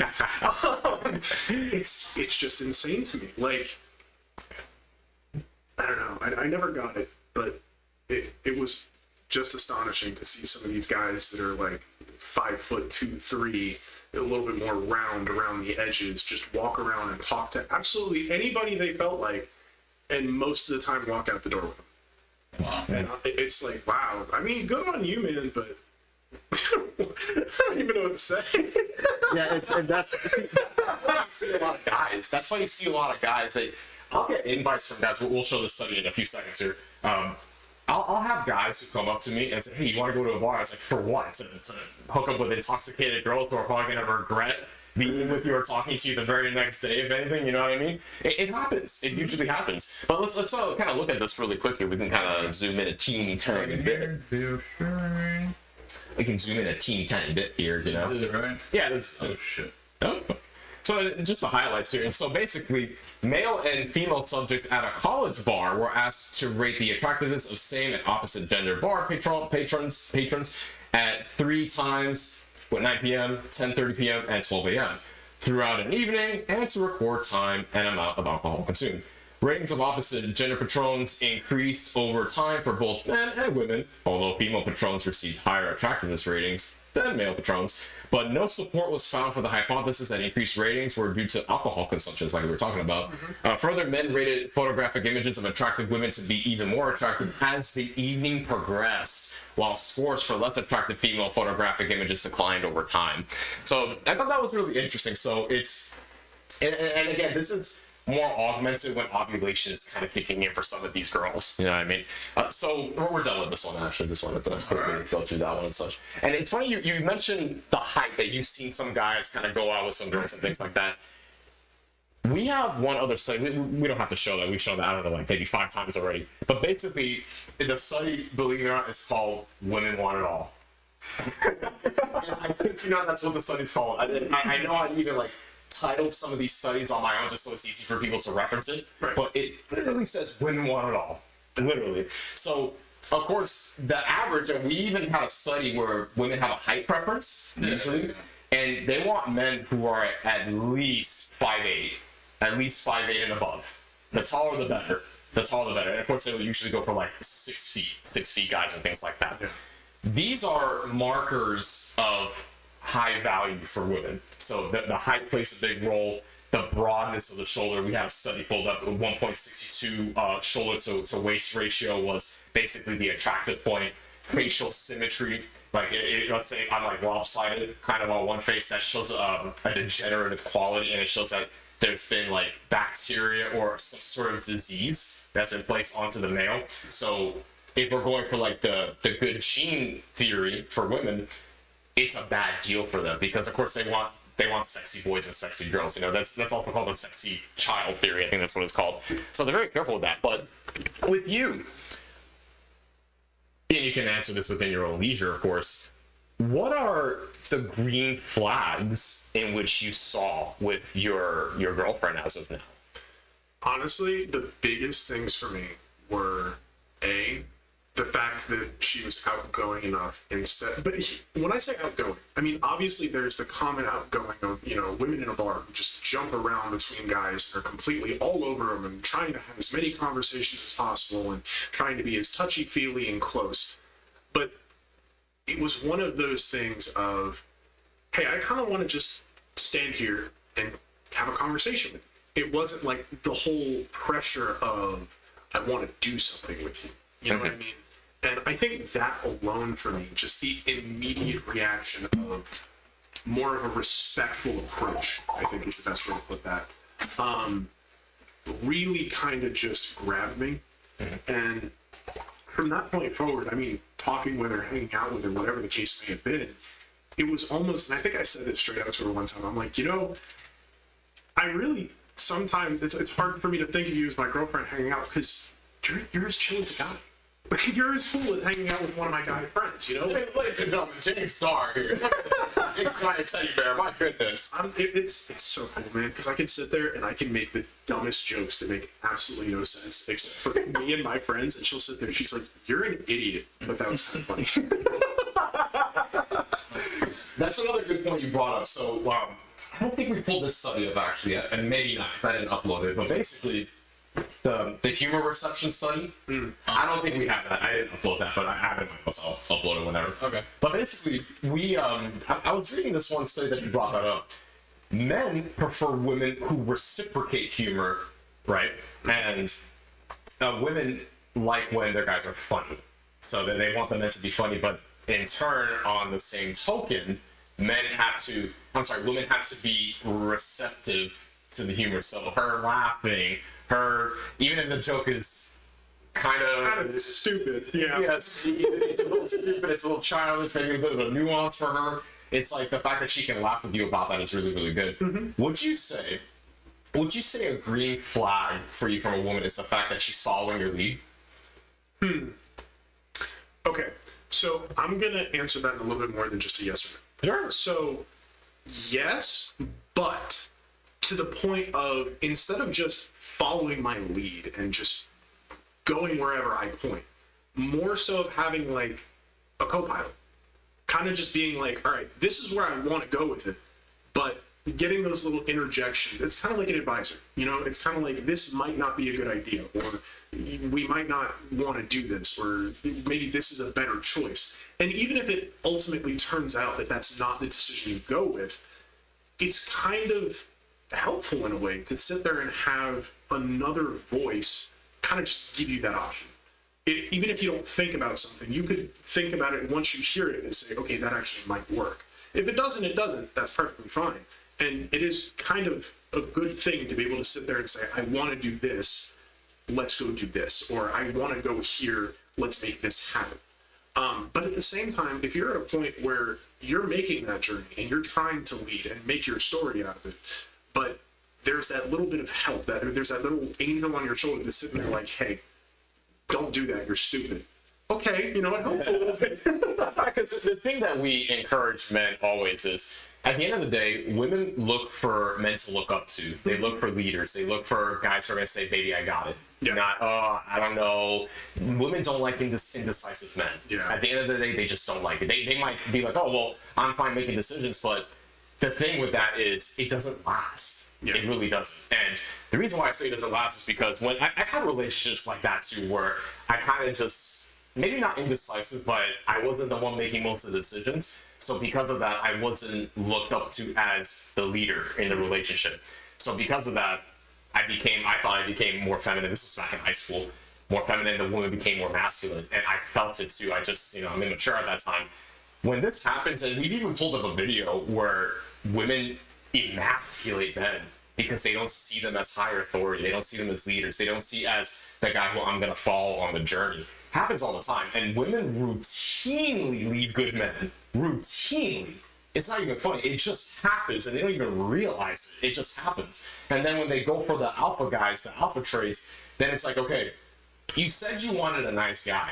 You said you wanted a guy who's open with his emotions, and we've had a video about that, who lets me make decisions, who lets me do certain things, who lets me take control of certain things. And then what happens later on? The girl leaves the guy, and then goes off with another guy who does lead, who does make more decisions, who isn't indecisive. If the woman is very combative with him, especially, which obviously shows like a type A and type B personality trait, that's number one, that's incredibly disingenuous. But number two, it shows masculinity from the woman, and then it's a big turnoff for us. So what you'll hear, and you can I'd like your thoughts on this one too. You're going to hear many women, and Chris, I'd like for you to come on this as well, of course, so you can feel free to always jump in. No.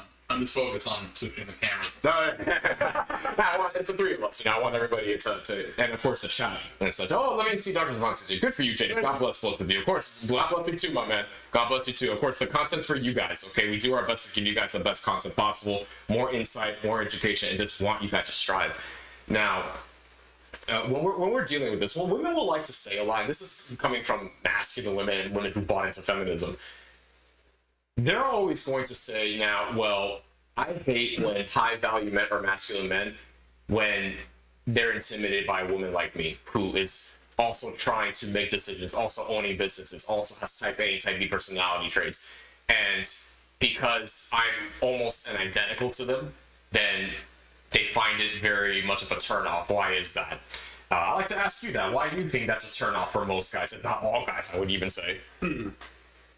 I think a large portion of it really comes back to kind of what you were asking earlier, just like how do you feel about the masculinity of a woman? And it's more so that being able to take that leadership position and not have the battle for the top spot.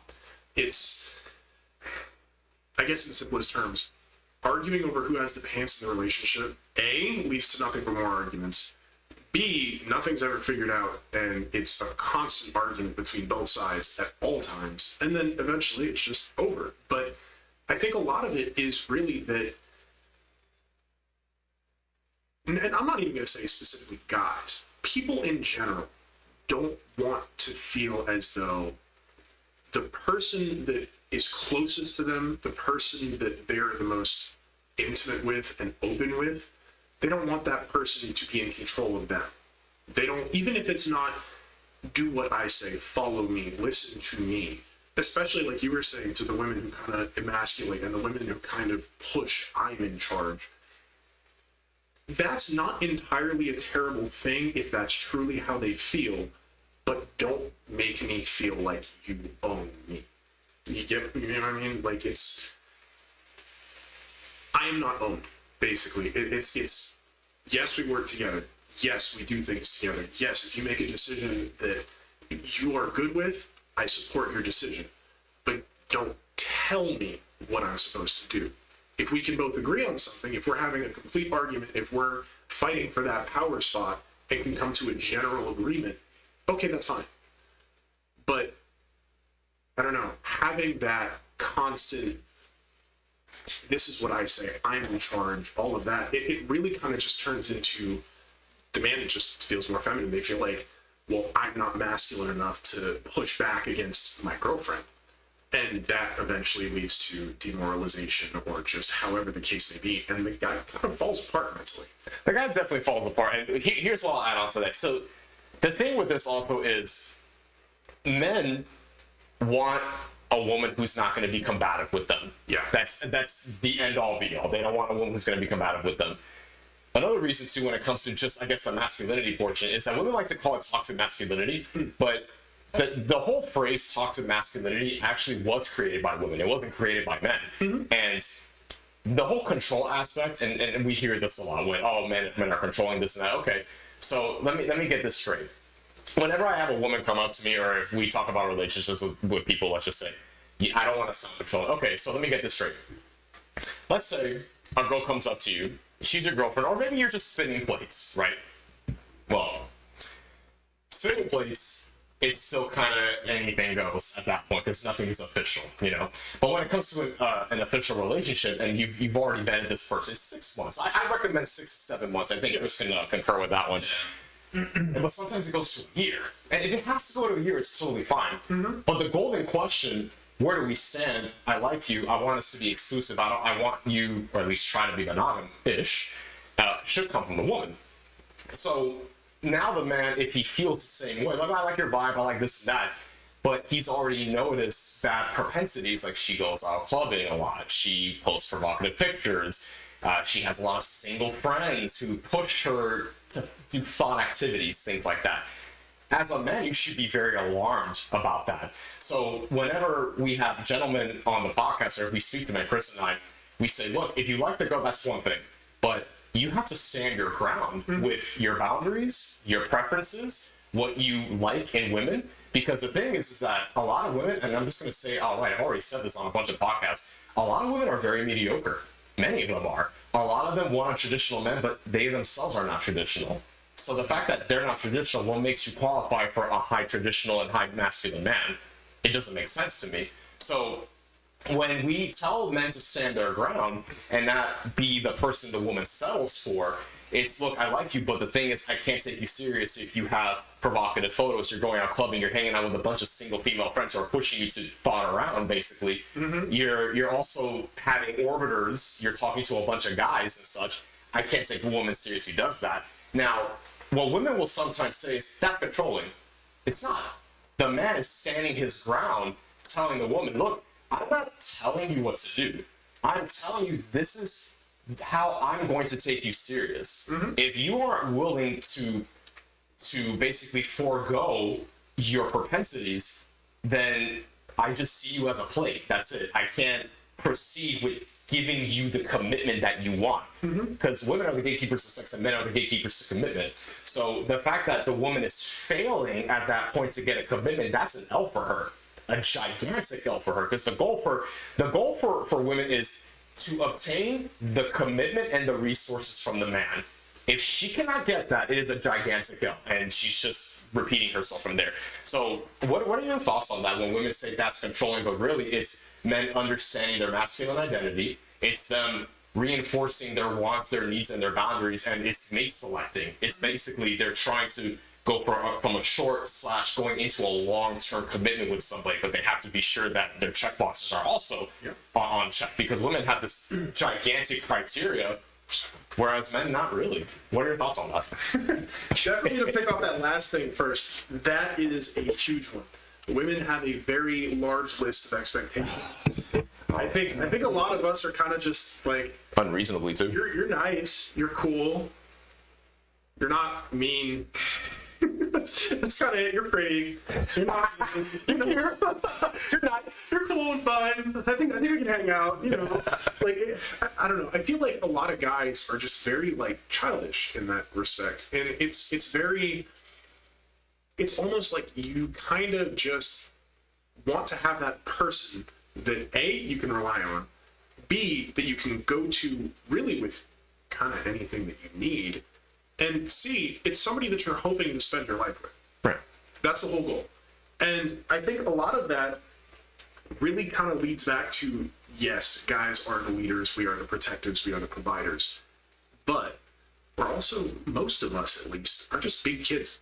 And a lot of us want to have somebody who won't put us down for that, I guess. Like most of the guys that I know are complete goofballs. And it's just Like, would you say they're beta males for the most part? not even so much. It's more so that they understand themselves enough and who they are as people to sit there and say, I can look like a total moron and still be confident in the fact of I am who I am and I'm going to stand that. I'm going to hold that standpoint, I should say. And it's like being goofy and being silly, that's one thing. But being able to flip that switch and know when it's your point in time to sit there and be like, all right, this is what I want. These are my boundaries. If you go past this, if you do what I'm basically saying don't do, that's the end of it. Being able to hold that line of kind of, I am still who I am, regardless of how I act around you.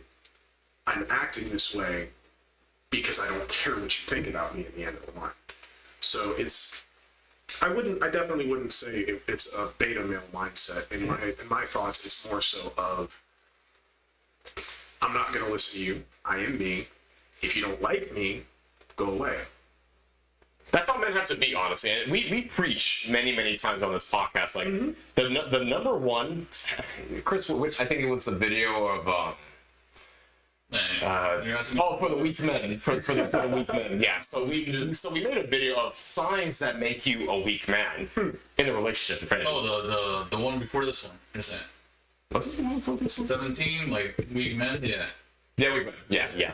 So we made a video of that. The very first point I mentioned was, if you feel like you need to have a woman in your life, like at this, you need it. Like, I gotta have a woman, you know what I mean? I completely agree with that one. Look, at the end of the day, like, men are supposed to conquer, create, build, things like that. And women come in as a byproduct of that, always. Because at the end of the day, like, their hypergamy kicks in. One thing to mention, as a matter of fact, and we're talking about setting standards and boundaries. There's this show, I think it's a show, I don't know if it's on MTV or something, but Chris, you might know this one. It's basically where a guy comes on and there's a bunch of women and they have these balloons. I mean, I've seen that on Instagram a lot. I don't know what the name of the show is, though. And I want to find out. I want us to react to a video like that, to be honest with you. Yeah, we should do more reaction videos. Well, we'll do a reaction video, but basically the consensus of it is basically a guy comes on in. But it's crazy. It is pretty crazy. And a lot of those women are Stupid. And a lot of those women are like way past their peak, and they have kids and they're single Like mothers. 3s, and then the guy just walks in, they all pop their balloons like instantly. It's like, bro, just give him a chance. You know, it's so fucking stupid. See, and here's again where it comes to, and I gotta say, where female delusion kind of comes on in. The reason why I say that is because we've already talked about how women's criteria. This is my little saying. They have a criteria / checklist that basically goes all the way to China. It's that large. So when we see women who are basically past their peak, and peaking is basically between 18 and 24 years old. That's when they're most fertile. That's when they're at their most beautiful, their most youthful, of course. And that's when like guys are really trying to get at them. You know what I mean? But once they pass 25 and 26, 27, and so on, then they hit 30. That's when basically they lose about 70 to 80% of their eggs. And their beauty drops, gravity starts to come down and starts dropping them down, things like that. They're not as attractive, and they're basically competing against the younger women. The reason why I'm bringing that up is with that show is these women who are on the show, basically, there's a guy who comes on in, he explains who he is, what he does, what his goals are, what his hobbies are, like an interview, basically, right?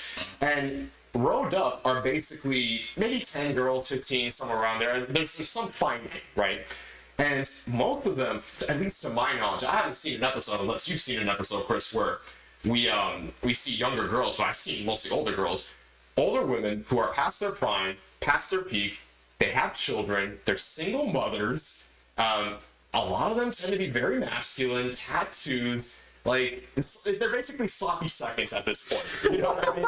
They're basically sloppy seconds. So when guys go on in there and the guy explains, and then women pop their balloons, the guy could be like, oh, well, I'm a plumber, pop a balloon. I make about low 6 figures, pop the balloon. It's like, you're popping your balloon and this guy makes 6 figures?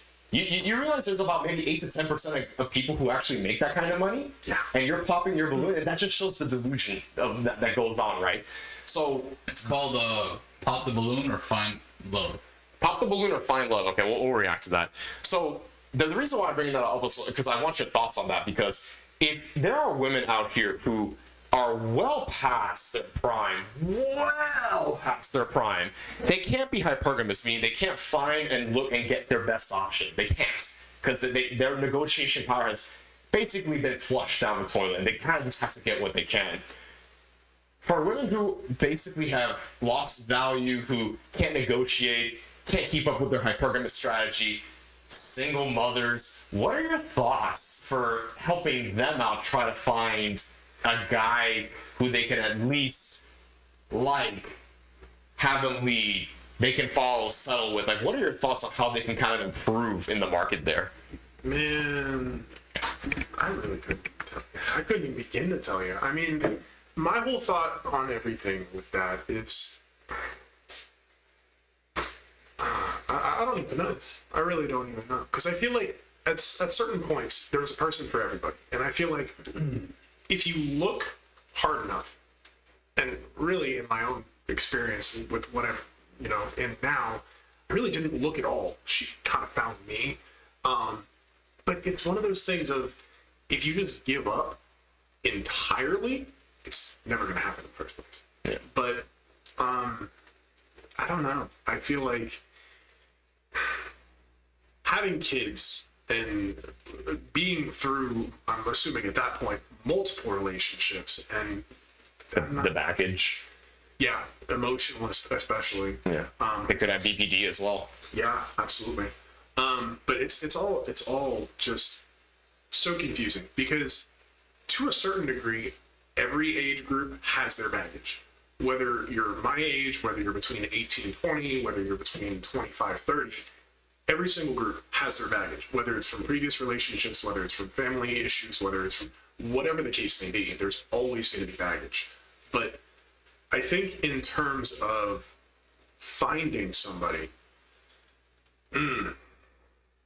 that's more of, and I don't want to put it this way, it's a combination of luck and being in the right place at the right time with the right person. Because if you're really truly out here looking for that kind of thing, and you've gotten to a point in life where you've settled down already, you've already gone through that whole phase of finding a person and having kids and starting a family, a lot of people are just going to turn the other way from that. And it's, I don't know, it's very difficult, but I think truly at the end of the day, it really is, can you get lucky enough to find that right person in the right place at the right time? To a degree, I feel like that could be said for anyone, but I feel like it's more prevalent for that specific circumstance. In certain scenarios where we're speaking about women who they've had time to build baggage, Yeah. they have skeletons in their closet, they have a bad past, no father figures, BPD, those, and single mothers and they have children and such. The thing with individuals like that is many men are very switched off by that. Yeah. But That's getting that. but the problem also with, and I think Chris, we had a video about this also with the single mothers and things like that, where we try to ask a question. The question on the premise was, what are the benefits of Dating a single mom. or an LTR, a long-term relation with a single mother, you know what I mean? And I've had discussions with this when it comes to women, and women don't like hearing this. They really don't, because at the end of the day, and this is something Andrew Tate said. I'm sure you know of Andrew Tate. Yeah. His quotations here, quote, open quote, end quote here will be, men lie because women fall in love with what they hear. Women wear makeup because men fall in love with what they see. I've heard that one. So the fact that women are very open to hearing sugarcoatings and lies and things that just sound good, that's not healthy for them. It's really not. So when men are very direct, very honest, like how we try to be, it's frowned upon heavily. Like if we tell them the sky is blue, but in their minds like, well, someone told me it was red, so now they believe it's red. Now we're basically ostracized from the group because we see that the sky is blue and not red. And it's like, oh, okay, all right. So they don't like hearing that. So I know that's like a very crass example, but basically, I asked them. I had a conversation. I told Chris, basically, okay, so what are the benefits? They couldn't think of any benefit. They just kept on saying, well, what's wrong with a single mother? So instead of answering my question, it's more of a question to my question. What's wrong with single women? So now it's like, Yeah. all right. So we're going that route then. All right. And like I've explained this already, we basically concurred with this one. They have to lower their hypergamy. That's really it. They have to lower their standards. I guarantee you, if we ever have any single mothers, or if you've spoken to single mothers, or even some football players who we've spoken to, and some of them hang out with single mothers, I guarantee you, these women think and still feel like they can get with the best of the best. And be able to lock the guy down. That's where the conflation comes in. Just because a woman who's had so much baggage and gone through all these problems, they just happen to have a one-night stand or a friends with benefits or just a one-night fun time, whatever it is, whatever you might call it, they conflate it with locking the guy down. Because again, women want commitment. Mm-hmm. And we even have a study, I think we have a study here, where basically when it was the regrets of sex and things like that, remember that one? Yeah. We pulled up a study a few episodes when Chris was here, and basically, I pointed out a topic, and I guess we can share this here. Do you believe women are biologically, innately designed to be promiscuous? I think to a certain degree, I think men and women are. I mean, I believe that, especially, growing up a little bit more, you kind of see, yeah, it definitely is women that are more aggressive with that type of thing. I think it's just the fact that men are also very receptive to it. But yeah, no, absolutely, 100%. Women are very, very aggressively promiscuous, especially in today's day and age. Well, with the inception of sex work and Instagram and OnlyFans and strippers, prostitution is like the oldest job profession in the whole world.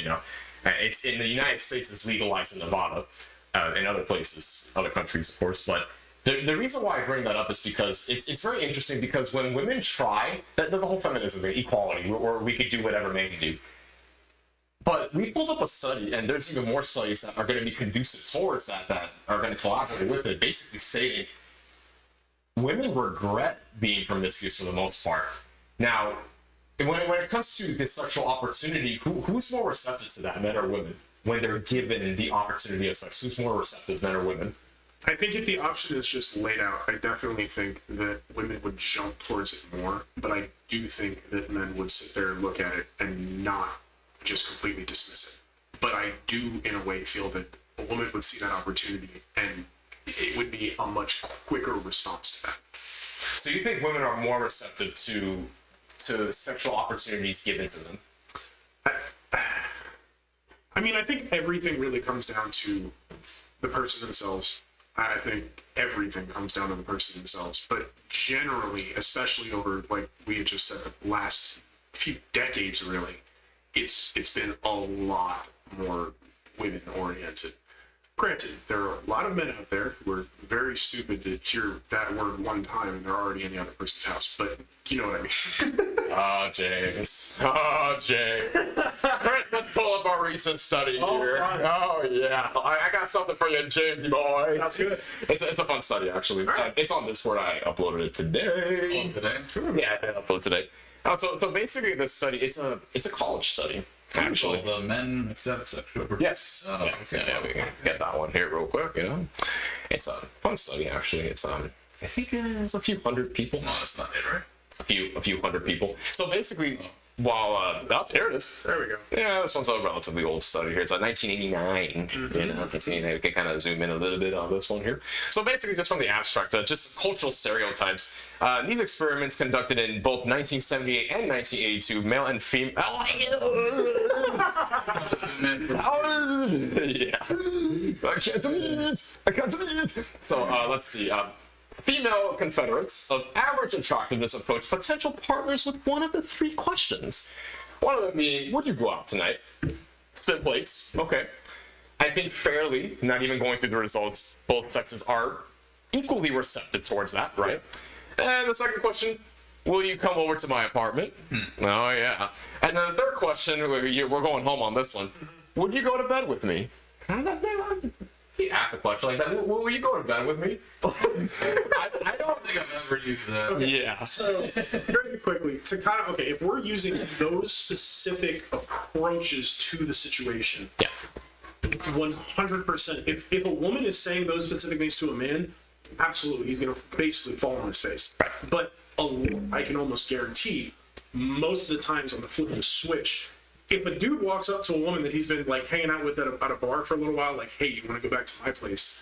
It's going to be a lot more of a no than a yes in terms of, ratio there. Absolutely. It's because the thing is why we brought this. Well, let's go through this actually first Yeah, before we go on to something Absolutely. else. And we can go down more. I have some highlights here. That's one highlight, 1989. Yep. We're going to have to zoom out. They're trying to, here's something here. Yeah, that's a lot of words. Yeah. So study 1 and study 2, 48 males and 48 women. Okay, all right, nice. At Florida State, look at that. Wow. Florida State University, I love it. And coming down more, we can go through the results and such. Yeah. Go down a little bit more. Yeah, there's let me see. And this is kind of going from what we were talking about, where women are eager for love and commitment, like we talked about, and men are eager for sexual activity because sex is what we want. We testosterone and our eagerness to have that's what we want. Yeah, we're going to see these two, and then we can call it a quit here on this one. So study number 1 on the left side, we can see, okay, I highlighted only the males because, again, we're talking more on like the receptiveness for the sexual opportunities. So we can see when males ask women, this is the asking part, when men and women ask. So men asking, would you go on a date with me? We can see both female and male were almost the same. Almost the same. Will you go to my apartment? Only 6% of them said yes, versus 69% of the males from the study said, yeah, let's do it, And then 0%. Absolutely. 0, will you go to bed with me? And that one's kind of a no-brainer, honestly. Yeah. But 75. You see what I mean? Like, this is just... And we have many more studies that kind of go on with this one, too. And then study number 2, which is no different, really. Yeah, same thing. Different times, of course, but nonetheless, the results are more or less the same. Is it different times? Yeah, because it's 1978 and 1982. Oh, okay. yeah. Different years. Oh. Yeah, different years here. So as you can see, the results are pretty equivocal here. Pretty close. 50-50 now for the dates. It went from 6% to 0 now for men asking women to take them back home. 69%, the same thing. Nothing has changed. Yep. And then for bed, still nowhere on that one, but the percentage decreased a little bit for women. We need an updated one. I'd love for us to get an update one.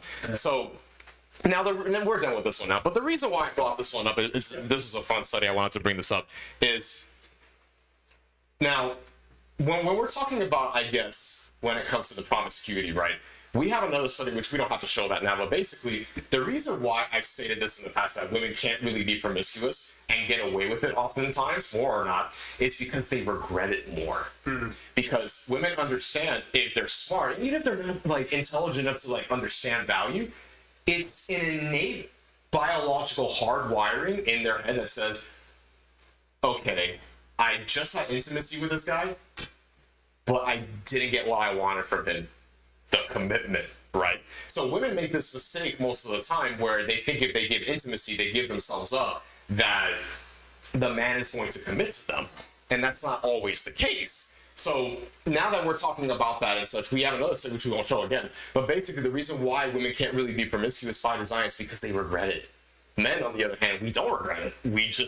We have sex with a girl, you know, we go up and kick our heels, yeehaw, you know, and then just go on to the next. You know what I mean? And so that's why by design they're not meant to do that. So whenever we have women saying, well, why is it fine for you to sleep around but not fine for me to sleep around? And I have the perfect answer for that. And I always say, because you're not designed to do that. And of course that's a little vague for some of us. What do you mean we're not designed to do that? It's like, okay, so you're telling me that if you had sex with a guy and maybe you were drunk or whatnot, or you had it with him and maybe it wasn't that great, or maybe a few days later you realize that you weren't really that into him, it bothers you, doesn't it? It bothers you that you gave up your purity, you gave a piece of yourself to a man who you thought you liked, but then after you did it with him and then you saw behaviors from him, you regret it. But man, it doesn't matter. Like, if we have sex with a girl, even we don't have to like her. This happens all the time, even with infidelity. Not that I'm encouraging it, but when men have sex around, they're never really complaining about, oh, well, I did it with this girl, I did it with that girl, this, and that. And what we've always discussed on the podcast here is women like men with options. They're not going to tell you that. They're not going to. They just don't want you exploring those options. It's a difference there. Yeah. So when they see a man, let's say we're at a bar, a club, or even you, I'm sure you probably happens to you, where if you go places or you're with your guys, your football guys, you're at a committee and then girls want to like talk to you and things like that, that shows mate copying. That's what it's called, mate copying. So what the mate copying principle is basically is that when women see that you are in a relationship with another woman, or if whatever it is, you're married, a spouse, a fiance, whatnot, what the woman tends to do is think of that and say those are prerequisites and pre-qualifications to you being, okay, he is a good guy because he's giving resources to this woman and the woman likes him a lot. So it's basically, there was a term for that. I'm drawing a brain fart here on that one, but it's basically it's social proof. That's what it's called. It's social proof. Women, I said on this podcast, women want social proof from men, but men don't need social proof from women. And there's a difference there. So when women say that, well, why can't we do it the same degree? It's because of this. The dynamics are different. Men and women aren't the same. What are your thoughts on that? Well, I mean, I think that's very true. I mean, men and women function in such different ways. I mean, the mindsets, the different ways that people kind of approach things, the way that things are thought about. I definitely can't sit here and say that I disagree. I mean, come on, everybody sees it throughout their life. Everybody knows people. Everybody sees the way different relationships go, or hear about their friends' drama, or even are involved in it. And women are also taking more antidepressants now when they go through sex work and promiscuity and things like that. Us men, we don't do that. You know, we're not going to have sex. Oh, I regret it. Let me take this pill. It doesn't happen. Well, and that's the other part is I truly can't sit here and think of a single friend of mine that I know that lives that type of lifestyle that has ever said something negative about a person. You know, it's never like, oh yeah, I just got with this person last night. It sucked. Like, you know what I'm saying? It was terrible. I've never heard one of my idiot friends come back to me and be like, yeah, that was really, I regret that. Never. Yeah. I've never heard that happen before. It's just, I don't know. I feel like in that regard, yeah, men are definitely a lot less regretful, especially those types of certain circumstances. Couldn't get the word out, sorry. No, it's fine. Yeah. But it's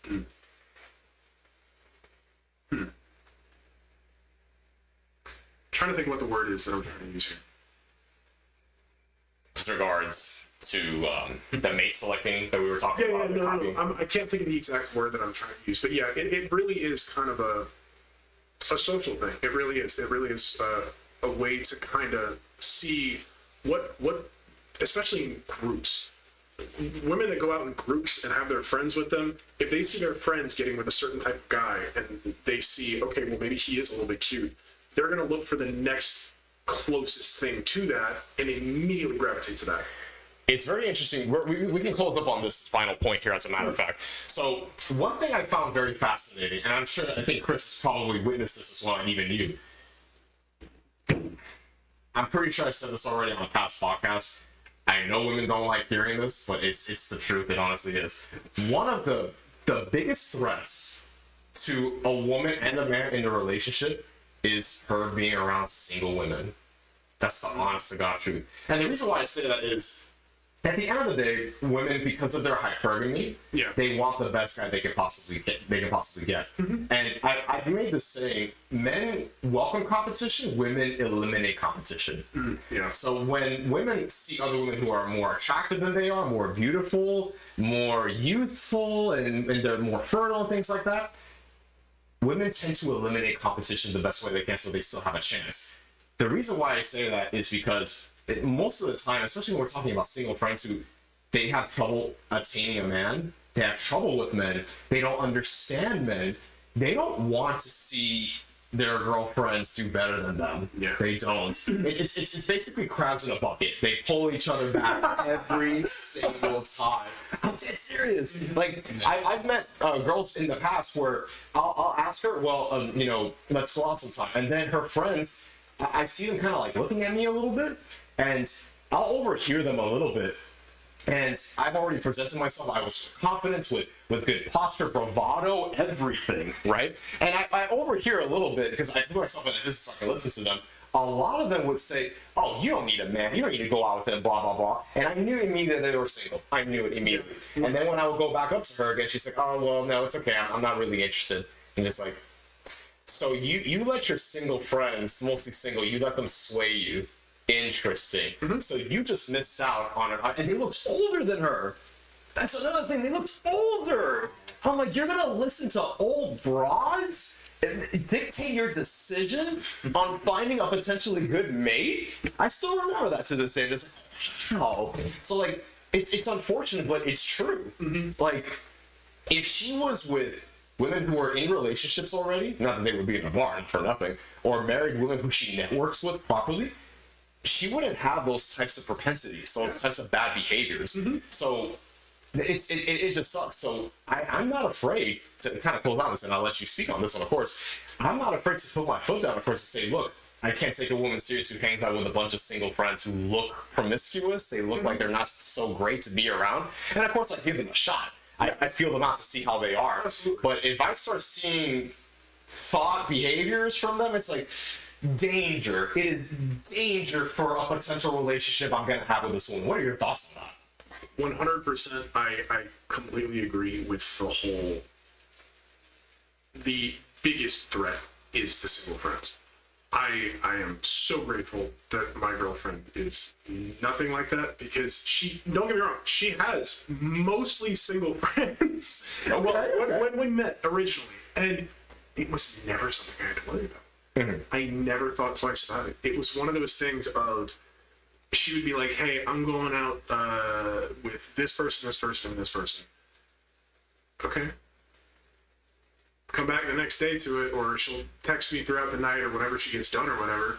Okay, how'd it go? She didn't know this at the time. Most of the time, wherever she went, there was somebody close by that I happened to keep an eye on her, because I knew a lot of people in the areas that she went. But, it's one of those things that she knows. I told her at this point. So you had someone basically surveillancing her. Not even. It was more so a lot of the guys that I worked with at the bar that we met at kind of worked around that area in the major city. So it was one of those things of not even so much keep an eye on her, but more so just watch her and make sure she's okay.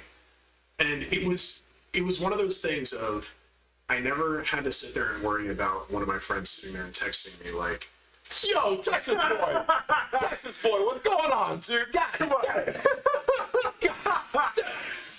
Oh, you might have to answer this one, but Yeah. Texas asking the question here while James goes on. I gotta know. What are your thoughts, my man? I see you having like a little dream cloud above your head. What's going on? But continue, James. Go ahead. He'll go ahead. It's more so of kind of getting to the end of the point of, yeah, I might have gotten lucky, but 100,000%, there is the majority of women will take that influence from their single friends. Absolutely. Absolutely. I guess here's my final question because it just came up to me. I never asked this question before, actually. Okay, I want your input on this one. Okay. We got a new one. What do you What are your thoughts on, well, girls' trips? Oh, you asked this before, though. I think we talked about women traveling and all that kind of stuff. One of our episodes. No, you're right, actually. Yeah, but I think the girls' trips in general, maybe same thing. Yeah. Well, Let's see his opinion. sure. Girls' trips. What happens on girls' trips? I try to give it the benefit of the doubt, but I'm gonna just be straight up honest and say I don't trust it whatsoever. That's right. That's right. I'm talking to all you women out there. That's right. Like I said, I give her the benefit. Someone of a high value guy telling you this. I really do sit there and I'm just like, you know what? I'm going to convince myself that everything is perfectly fine. In the back of my mind, there is that thing sitting there like,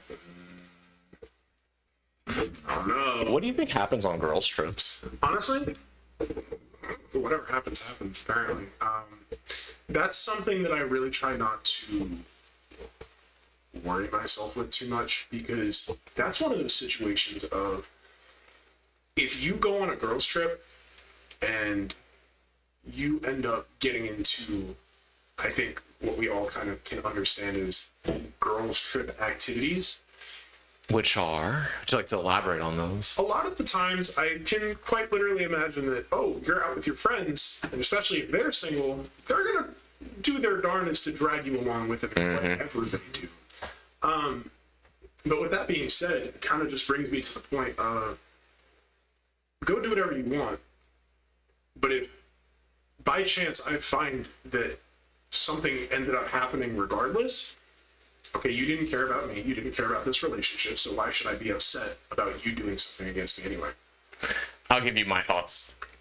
If a woman comes up to me, she's my lady, there's no reason for her to go on girls' trips. Because we know what happens on girls' trips. Girls aren't going to sit in their hotel, watch telenovelas, Oh, absolutely. read magazines, paint their nails, do their They're hair, going out with their friends to go to parties, they're going out to have fun. Exactly. Yeah, no, it's meeting guys, Absolutely. going up to hotel rooms and parties and bars and beaches and maybe resorts, maybe like what's it called, like parades, raids, things like that. They're going out doing things. Yeah. And again, like the fact that they're putting themselves in precarious situations, it spells danger. It spells danger a lot. No, absolutely. I had a relationship not too long ago, and a woman came up to me after I've already kind of set my mark on how the relationship is going to be. Yeah. And she's following my program, and the moment she said, well, I want to go out with the girls on a girls trip, and then of course it's like, where? Yeah. Because I can understand if they're going to if she tells me I'm going to go out during the day to like a restaurant to meet up with some of my girlfriends, okay, that's whatever, you know.